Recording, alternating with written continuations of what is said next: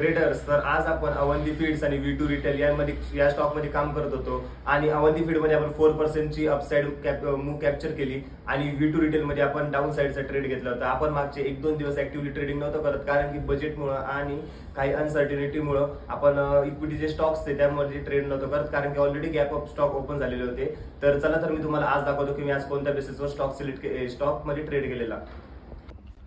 इथं आपण एंट्री केली आणि इथं आपण एक्झिट केली. अवंती फीड्सचा चार्ट हा, याच्यात आपण 5% मूव्ह ही कॅप्चर केलेली. त्याच्यानंतर V2 रिटेलमध्ये आपण डाऊन साईडची मुवमेंट कॅप्चर केली, त्याच्यात पण आपण 4%चा टार्गेट हा अचीव केलेला आहे. आणि हे जे स्टॉक्स आहे मी हे रोज आपल्या व्हॉट्सअपच्या कम्युनिटीमध्ये टाकत असतो.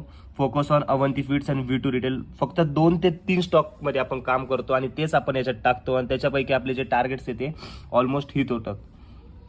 बजाज फायनान्स जो टाकला होता सकाळी, तो पण नंतर इथं मुवमेंट दिलेली त्यांनी, थोडा कन्सोलिडेट केला, वेट केला.